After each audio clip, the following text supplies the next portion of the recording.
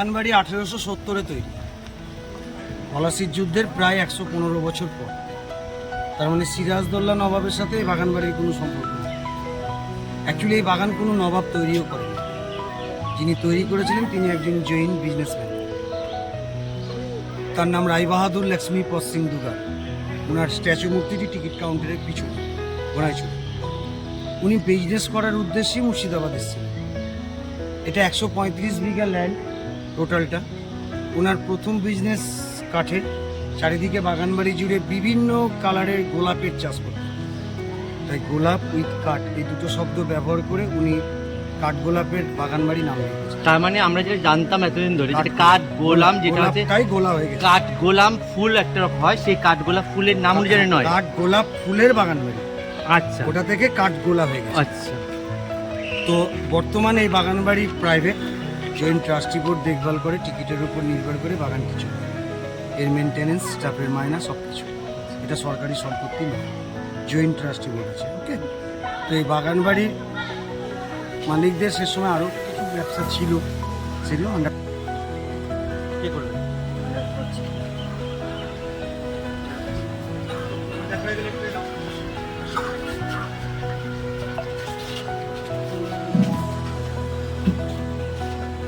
যেখানে আমরা এই মধ্যে দাঁড়িয়েছি সেটা কোনখানটা? এটা বাউরি।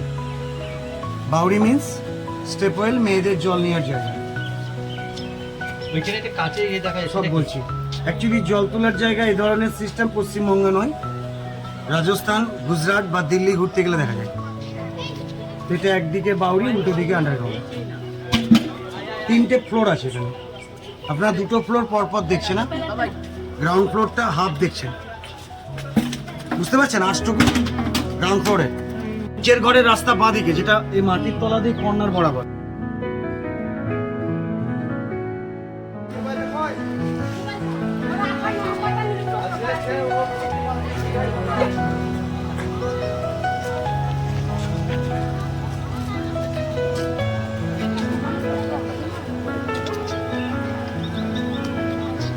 বাগানবাড়ির সব থেকে বিউটিফুল একটা এন্টারটেনমেন্ট প্লেস ছিল। এটা কোনো সানের প্লেস নয়। এই পুকুরের চারকোনায় 4টে সাদা গম্বুজ বসানো আছে, দেখছেন? 4টে সিপাই লেডিস এই গম্বুজগুলোতে সিকিউরিটির জন্য পাহারায় থাকতো। বাড়ির রানীর সাথে মহিলারা ধরুন ওই পারে গোলাপের গার্ডেনে বসে সময় পাস করতো, জেন্টসরা উপর ব্যালকনি থেকে বসে দেখতো। পুকুরে মাছ খেলতো, সাইজ বলে সোনার নদ মাছের নাকে দেওয়া হতো।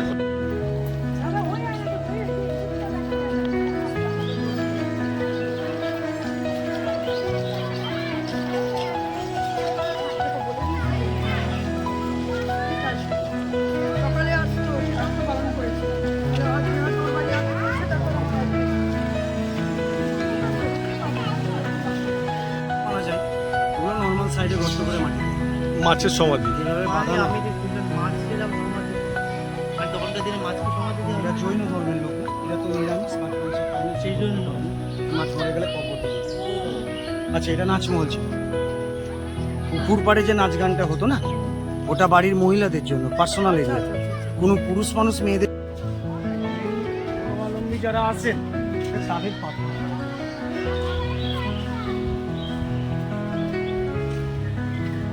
মূর্তিগুলো সীমান্ত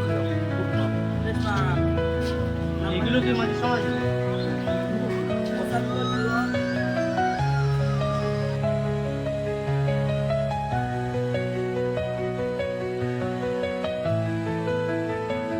কিন্তু এই কন্ডিশনে গাছের কোনো এফেক্ট পড়ে না। এই ডালটা দেখছেন 26 বছর আগে খোলা, এখান থেকে পড়েছে, তাও তো ডাল মরে না, ডালই তো বেঁচে, গাছ কি মরে? মানে এরা প্রোটিনযুক্ত খাবার পেত, আমাদের মতো ভেজাল খাবারও খেত না।